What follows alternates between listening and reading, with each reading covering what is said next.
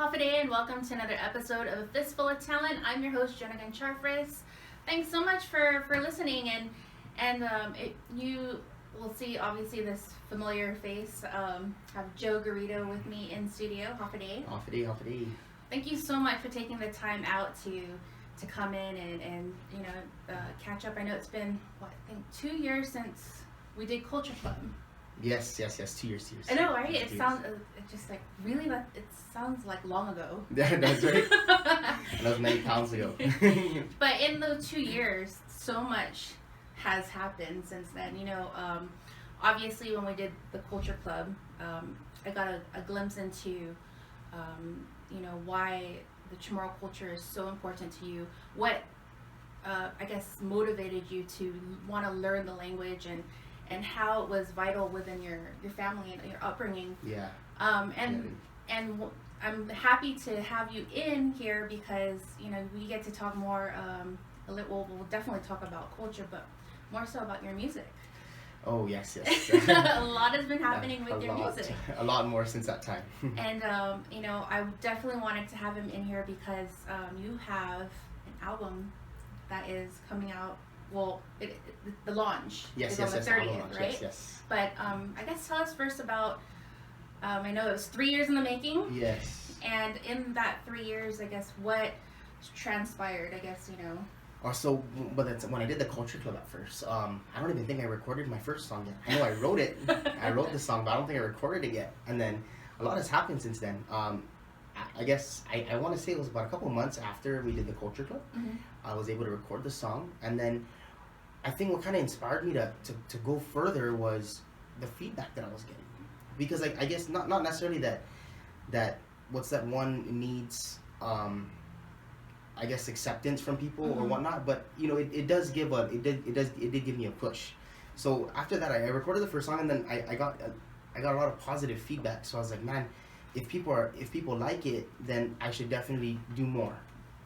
So now I'm serving a purpose. I have a bigger purpose now than just my personal interests. I have a bigger purpose because now people are enjoying the music, and if that's one way to target language, I guess the revitalization of language is through music. Then man, I gotta do it.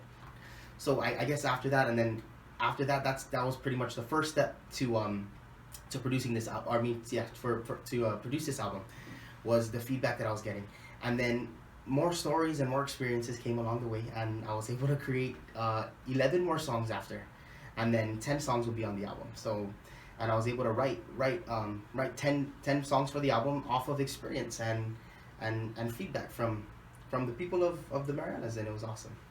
And I know when we did the Culture Club and you were talking about the first song, that song actually, was it the song that you performed at? Was it the song? That song I performed. I made that song for my brother's wedding, and then I performed it for the first time publicly. At my brother's wedding, because that was my wedding gift for my brother and my sister-in-law and their son.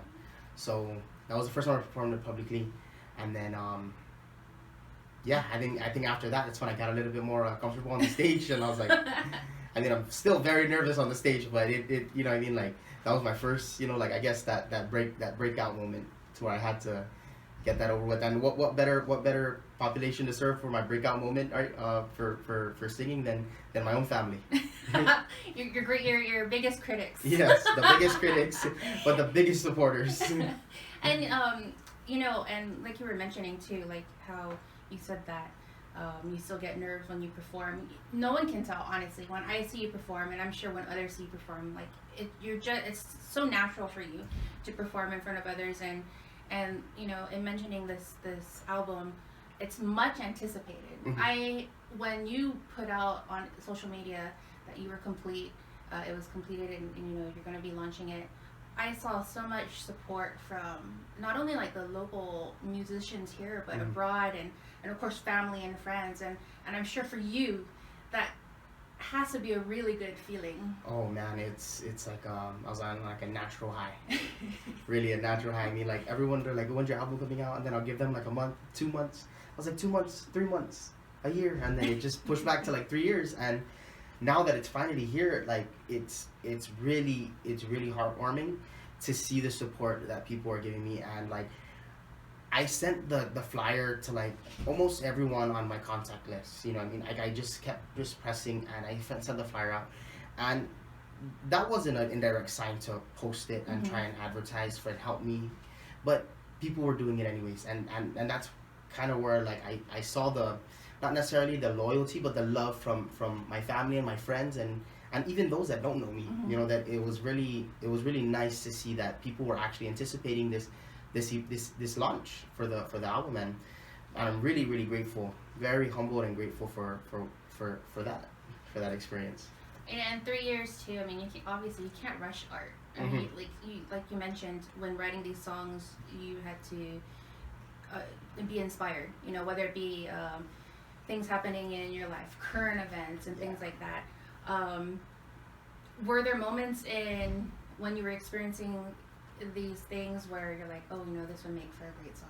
Yeah. I gotta put pen to paper and. So I think it was my track number 1 that'll be on the album. It's called Nenny. Nenny was, so my girlfriend and I, or my fiance now, right? When we first we're dating since our junior year in high school. So we always said when we graduate high school, we're gonna get married. Graduated high school, and I was like, that's not ideal, because we can't support one another right now. I was like, okay, let's finish college first. So we got our bachelor's degree. We graduated together in 2018, and then we said, because in the middle of college, we said, okay, after college. We graduated college, and I was like, man, let's get established first. Let's get our careers. And we got good jobs, right? We're on our careers, and then we're like, man, let's get our masters first. And then I was like, okay, let's get our masters. And then I was thinking about it, and I was like, no, we're gonna keep prolonging it. We're ready. So I was like, okay. So that was our little journey, you know. So I wrote about our little journey on my first song, and it's called Nenny, and that's my proposal song. That's a song that I've been trying to write for like 1.5 to 2 years already, but the word just never came together. And then when I realized that it was time for me to actually just propose, because we're ready, and you know, we're as ready as we're ever gonna be, then I was like, okay, now the words started coming into play. And then the first time I performed that song was actually at my house, when I was gonna propose to her. So she didn't know about the song. She just knew that I was writing a song, and she didn't know anything about it. And plus, she doesn't understand Chamorro, so that was a plus. So that was, I made this song, and I said, hey, everyone, just be at my house. It's my birthday, but who has a 24th birthday party? Right? Unless you're extremely bougie. Yeah, so I was like, everyone just go there, and it's just my birthday. They're like, you're gonna celebrate, you're gonna have a party and a band and everything for your 24th birthday party? I was like, yes, I'm gonna have a party and a band. It sounds weird, but just be there at 5 o'clock. 5 o'clock, you have to be there. Okay, so everyone goes there. Only a handful knew what I was gonna do, and they're like, hey, are you nervous? I was like, I'm not nervous. I'm like, man, I'm gonna play in front of my family. I'm like, I've played in front of larger crowds before. I'm not gonna be nervous. I'm not gonna lie, that was the hardest quote unquote gig I've ever done in my life. It was so, like, not to sound soft or anything, right? But that was like the hardest gig ever, and that's the reason why that's the best song out of the album for me, because it tells the story. It's like, it's a series of events, you know what I mean? It wasn't just one event. It's a series of events that led me to write that song, and that's it goes. It's like undescribable, really. The time and effort and the series of events leading up to that song. Because I'm sure too, now the song holds even more special meaning, because you have those memories attached to it. Yeah. The day you actually proposed to her. Yes. And the nerves and the excitement and the adrenaline and please don't, I hope I don't pass out, from all the nerves and everything, and people asking you, are you nervous? Well, it's not helping you asking me if I'm nervous. I was like, no, I'm not nervous. And then when I got on the stage, and then I said, I wrote a song for you, Amber. Actually, Amber doesn't even know about this song, everyone. So, I mean, I just wanted to address Amber right now. Can you please come to the front? I wrote a song for you. And off the bat, I think she knew already, because she started to cry. And I was like, I don't like to see her cry, you know what I mean? So I was like, seeing her cry. And then I'm like, okay, I need to close my eyes through the whole 5.5 minutes of this song because I cannot see her crying and I cannot see my mom and everyone all teary eyes. I'm like, these are like the core members in my life, and to see everyone teary eyes, like, that's gonna break me. So I'm like, no, I gotta just close my eyes and sing for 5 minutes. Well, congratulations on that. Thank you. When I saw it on, again, social media, the power of social media, you can keep up to date with everything going on. When I saw it, I was like, that's awesome. And of course, seeing her response and seeing, again, being surrounded by family and friends, it just made it that much more meaningful, Yes, that definitely. memory. And going through the track list of the album. Well, first off, what is the name of the album and I guess the meaning behind it? Oh, okay, so the album is called Låla'la, meaning Our Language is Living. I was inspired to title the album Låla'la because since I was a kid, I've got so much negative comments about Chamorro. So what I did with my album was I put the Låla'la in the front, and then in the back, which is kind of like I guess it was dimmed down a bit. The words and crossed out on a chalkboard was different words and sayings that people have told me. I've got comments like, "You're never gonna get a job speaking Chamorro. Chamorro language is dead. Chamorro is a language for the elderly only." And the biggest comment I ever got that inspired me to write this was my third grade teacher told me that Chamorros are stupid. That was her exact words. She said Chamorro. She said stupid Chamorro. So that was what she told me. So ever since I was third, I didn't know it was wrong at the time, and then I was like, man, this is what led me to this moment. So, and that's the reason why I titled it. The language is living, despite what anyone says, it's living, and it's well. And and I was looking at the tracks too, and the amount of talent that you have on here helping you and backing you. I guess how did did you seek them out? Did they come to you and say, hey, I heard you're working on an album? Yeah. Let me know. Hit me up if you want me to help if you need any assistance. How did that go about? Most of them I asked them, and then I think one or two they offered their assistance, and I was very appreciative of that. I have like people like Angelo Molinos, who I've been in a band with for the past maybe 4 or 5 years, and we've known each other for a while, and he just offered his help right off the bat, like, hey, if you need backup vocals, you need harmonies, whatever you need, you let me know for the album. So he's on the album. And then I have like Kiko Yamashita and Kaylee Villasoto, who I never knew them until this year. It was random. They asked me to play with them they asked me to play with them at the Micronesian Island Fair. And they said, hey, can you sing a Chamorro song? I said, yeah, no problem. I met with them, and their whole band, 444s, they're just a super awesome set of musicians. So I got close to them, and I was like, hey, man, can you help me? That I saw their talent, and then everyone else that came and helped me is just like Ty Rudolph, who's playing keyboard. I went on a trip with him in 2014 to Palau. And then I got close to him, and then I was like, man, can you do this? So it's all like pretty much my friends just doing me a favor and helping me out here, and it was awesome that everyone was able to help me out here, and they have so much talent, and it was nice. Because it's great, because it's not just like singing, or it's not vocals. I mean, you have people playing like instruments and like, just like the caliber of talent that you have assisting you, and in an industry where people usually try to pin other like people against each other, or they see it as a competition. I mean, that's far from the case. With this album, you had so much support and love, and again, when you're seeing it online and just seeing like how many people are really pushing, check this out, go to the launch and everything like that. With the amount of talent that you have helping you with the album, I have to say, like, growing up, how did you even, I guess, get into music? Was it something that you were kind of brought up with in the family? Because I think your dad is musical, right? Yeah, well, my dad's a trumpet player. But what really got me into it was, when I was like 6 or 7 maybe? I always use that age when I can't remember. So 6 or 7, my uncle was the original drummer for JD Conception's band called Para Isla. Para Isla had like so much talent in the band. It's like up to today, I am still like in shock of the type of musicians and the type of genres they play. I mean, I could just give you like a quick breakdown, and so people would like understand who I'm talking about here.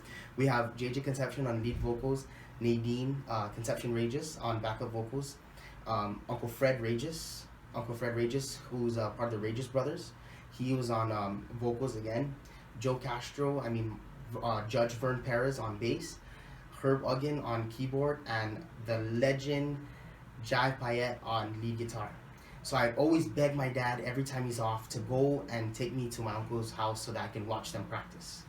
And every time they had practice, I'm like, Dad, let's go. So I always go, and I was just inspired. I'd even go to their gigs. When they have outside parties, like we're not even invited. Like it's a gig for just the band, and I'm telling my dad, let's go.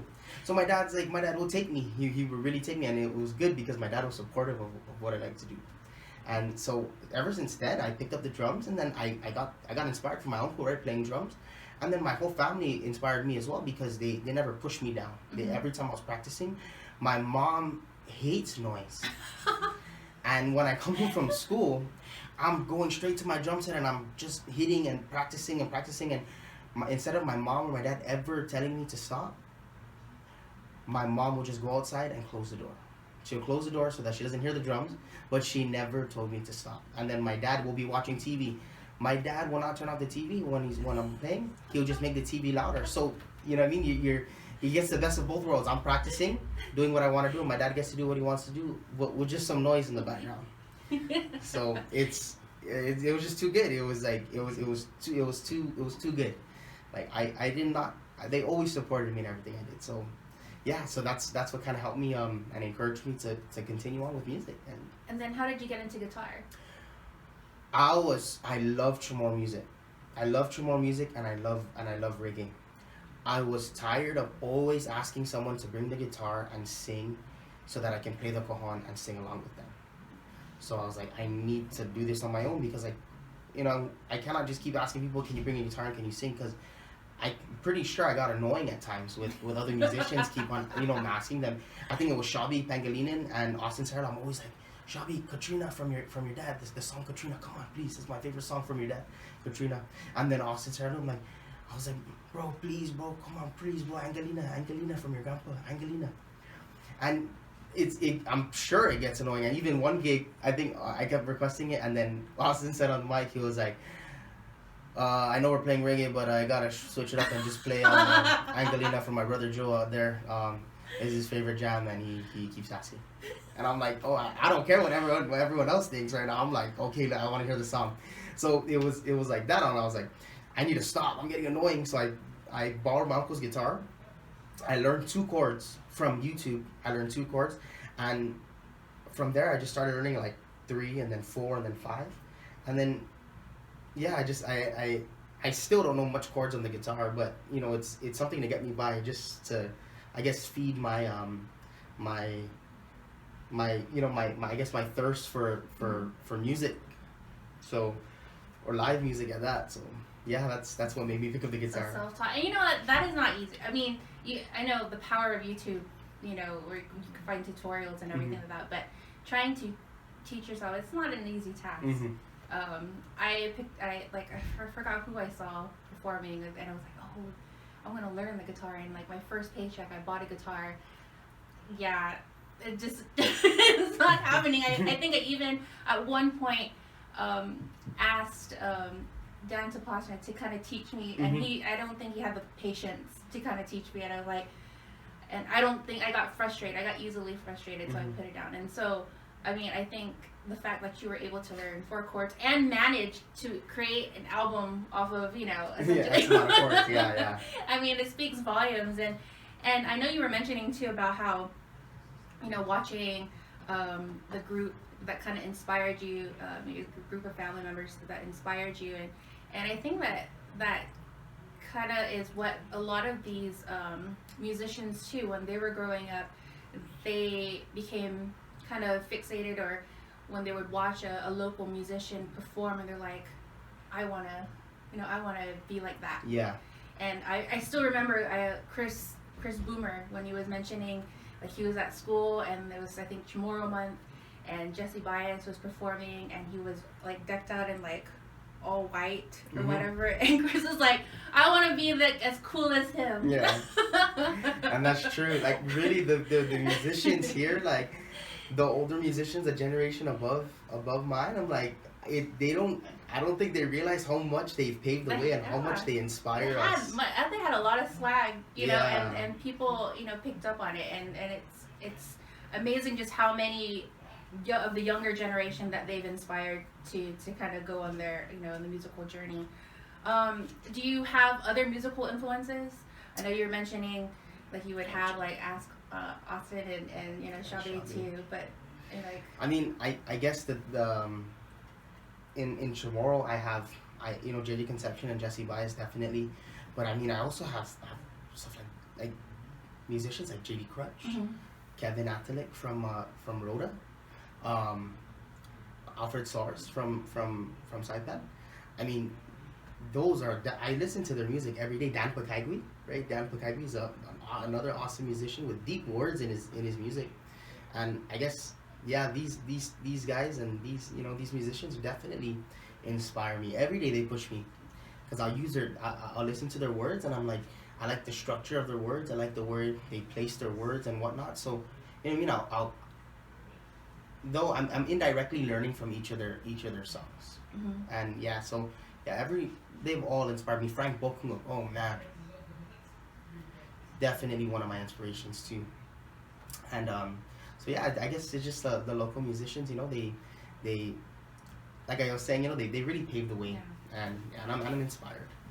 You know, and the thing about in going back to social media, you know, I know that on your page, on your Instagram account, you did this whole breakdown of like your song, and then you would mention who, you know, assisted you in that track, and you would have the lyrics, and you also you would go in and kind of explain what it was about, and I think that is great, especially for those that maybe aren't too, you know, they're not too familiar with the language, you know, they're kind of rusty or they may not know, and the fact that you're taking the time out to kind of share like a little bit of, okay, well you may not know what I'm saying, but you know, here's a quick you know, like explanation. Is that something that you wanted to make sure you did when putting out the album? Yes. I had an idea. I actually stole that idea from the group from Hawaii called the Vitals. So the Vitals, I think it was their I think the EP was called Temptation, and they did that for like one of their songs, and I was like, man, that is perfect, explaining, you know, why. So I said, you know, I need to do it. So what I did was I wrote down all my lyrics, and then I translated all my lyrics, and then I attached it to the video on the top so that people can understand. And then I did that because to me it shows you that there's more value to the song than the words itself, and what inspired me to write the song, and different things. So that's the reason why I wanted to make those videos, so that people know that these songs are not just written like, you know, I just get a pen and I want to make up words or whatnot. You know, there's value into the idea and the inspiration behind the song, and that's the reason why I made the video. And just to be a little, so I have a one song on the album that kind of seems like I'm mad, and it kind of seems like I'm directing something, or you know, directing a message to just any one person or any one family or whatnot. So I wanted to do that just so that people don't get the wrong idea and wrong impression of my song and my music. I guess just so that, you know, it's just so that it's more clear, and I guess it's just more clear for everyone to just get a better idea and understanding of where the music comes from, where the words come from, and the inspiration behind it. But it also allows us to kind of go, like, we feel like we're on that journey with you. Yes, in terms of definitely. like, you know, each track and what was behind it. During the process, because 3 years is a long time, I guess, did you ever at one point feel discouraged, like, you know, what am I doing? You know, I'm spending all this time and I've yet to come out with an album, and I mean, how do you kind of get over that hump? I felt discouraged. I felt discouraged when I announced that I was gonna release it in like 3 months, and then that third month came and I didn't even go into the studio yet. And then I announced again I'm gonna release in X amount of months, so on and so forth. What I did was I took a step back and I said I really just need to shut my mouth. That's one. I need to shut my mouth. I need to stop talking. I need to go to work. And then when I'm done, and then while I'm in the process of work and I see progression, that's when I can post and say, hey, now it's in the works and we're working. So yeah, that's what I needed. So I needed someone, and I forget who told me, I needed someone to say, don't rush. Don't rush it. You can't rush art. Someone told me that when I kept announcing, and I was like so discouraged that I wasn't pushing on my album yet. So it was awesome. Someone told me it, and I got inspired by what they said. I listened to what they said. I took in their words as constructive criticism, and I went with it. And now we're here, finally after so many years. And I think the fact that it's coming out around this time, I feel like it's a perfect time for it to come out. Mm-hmm. A lot is going on in the island and everything, and there are more and more people that are really passionate about learning the culture, the language. You see more and more local artists kind of wanting to, learn Chamorro and add that to their playlist, their set list. And then you see, when you perform, and then people like how you were when you were watching your family group, the band play, and they're inspired by when you perform. Mm-hmm. Is there some sort of words of advice that you would offer them in terms of, because with you being as a musician as long as you have, like, is there a piece of advice that you would give to them, maybe like the importance of like honing your craft and wanting to kind of feed their passion as far as like wanting to learn how to play guitar or play the drums? I guess the thing I would say is never look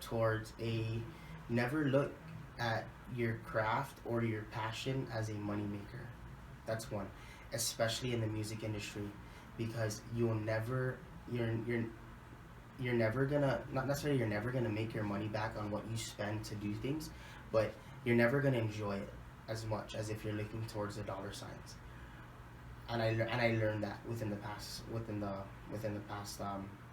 couple of songs, right? The last 2 songs that I made, I learned that I will spend X amount of dollars to pay for the song, and then thinking that okay, I'll be able to get whatever I paid back, so that I can use that and regenerate another song and another song. And if I were to add all the costs up, I am still very, very deep in the negative. But because I love what I do, it doesn't matter. It doesn't matter to me. That's my only advice, is don't look at the dollar signs. Just look at what you love to do. Because though I'm not gaining any financial background, or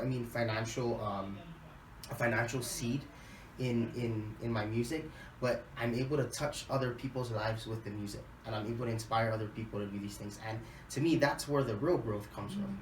And that's my only advice. Yeah, is to look at not what it's doing for you, but look at what it's doing for others. Yeah. Because I know too, when your story came out for the Culture Club, there were so many that it impacted, like saying like, oh, look at this, and I use kid because you're younger than me. No. And then like, look at this kid. He's look at he had he made a goal for himself. He wanted to learn the language. Yeah. And then he learned the language, and he wants to teach the language. Mm-hmm. So he's teaching the language, and he wants to make music with Yeah. with the language, and so it's a journey. It's a process, but the passion has to be there, and you have to be doing it, like you said, not for like the financial means, but seeing how it affects others and in that positive way, and in saying that too, I mean, you're a teacher, I know when you have your spare time you make Denancy and everything, you're a musician, I guess. How do you find balance? Like and you have a fiance, so it's like how do you find balance?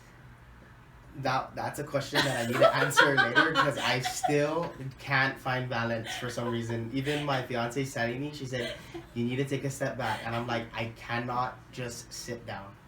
like on a Saturday, you know, sometimes when we have a busy week, right? She wants to like, she's like, hey, let's just relax today. Okay, so I guess I'll sleep in maybe like 30 or 45 minutes more than usual time, right? My body clock will wake me up, and then I'll get up, and then I'm like, what are you gonna do? She's like, well, remember, we're just gonna relax and we're just gonna unwind today. I said, okay, so I'm gonna go on I'm gonna wash the car. I'm gonna wash the cars. And then when I got outside, I'm gonna wash in the car. Okay, are you gonna relax now? Oh no, I need to do this. So I'm like, no. So that question I cannot answer. I am so sorry. I asked him because when he came in here, he's kind of like rushing and he's like all over the place. But I mean, that just goes to show that, you know.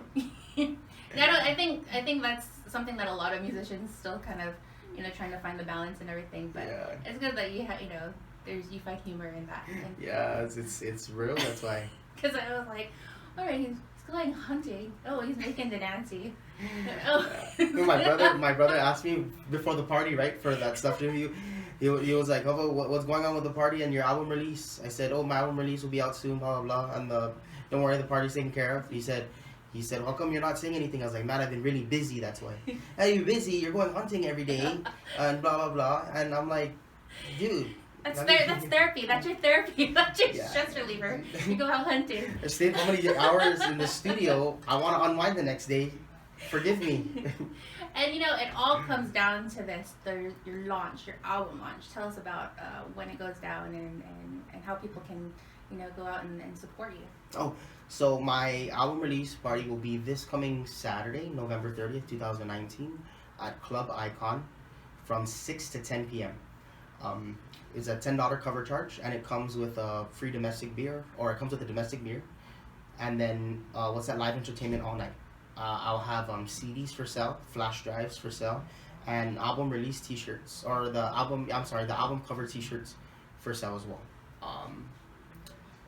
Yeah, so I'm inviting everyone down. If you guys have some time, please come by and please help, and let's come and celebrate, because this is an accomplishment for everyone on Island. Everyone. It's not only an accomplishment for myself or the musicians and my family. It's for everyone, because this is music for everyone. And you know, do you have any? I guess in closing, do you have any thank yous or shout outs? Obviously, I mean, I'm sure you have like a ton, because but I mean, this is your opportunity to kind of say your thank yous to those, because I know that you got a lot of support and people rooting for you. Mm-hmm. Yeah. So I first of all, I'd like to thank AM Insurance. AM Insurance is one of my main sponsors. I told them how much actually Uncle Juan Munya. I spoke to Uncle Juan Munya, and I told him how much the cost for my album's gonna be, and he said, "Boy, I can help you out.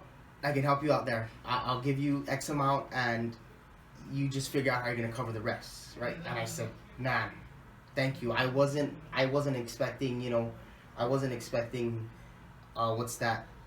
I wasn't expecting the amount that he gave me, you know what I mean?" And he said, "Don't worry about it." He said, "Don't worry about it. Just continue doing what you're doing." So I was like, "Okay, perfect." And then I reached out to JD Castro at Club Aguon, and I said, "Hey man, I'm seeking a sponsorship." And then he said, "Here, I don't." He's like, "I kind of give you the full amount, but I can give you this," and he gave me that. And then I reached out to my brother, who owns a business, right, called Fast Care, and they're my third sponsor, and then he helped me out as well. I mean, it was I'm very appreciative, and that's why I like to give them a big shout out, and I thank you, and also to my family and friends for their patience and support during this time. It's an exciting time, and I know that people are looking forward to it. They're looking forward to getting themselves a copy, and we look forward to playing it on the air too. Awesome. Thank you.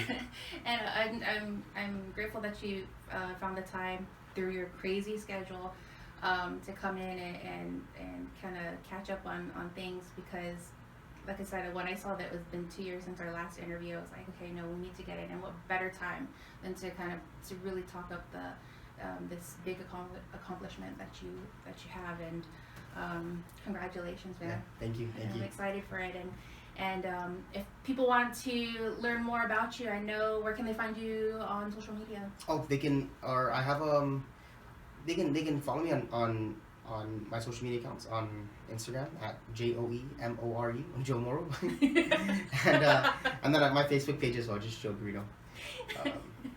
But yeah, come out, support him, and buy more than one album. Christmas is right around the corner. Yes, a perfect Christmas gift. And it's great size, the flash drive and everything. Make great stocking stuffers, right? So come out and support him. And thank you so much for listening in. Remember, you can listen to this podcast and all the others on the KUAM Podcast Network. You can find it on Spotify, SoundCloud, and now Pandora. Make sure to subscribe. Until then, adios.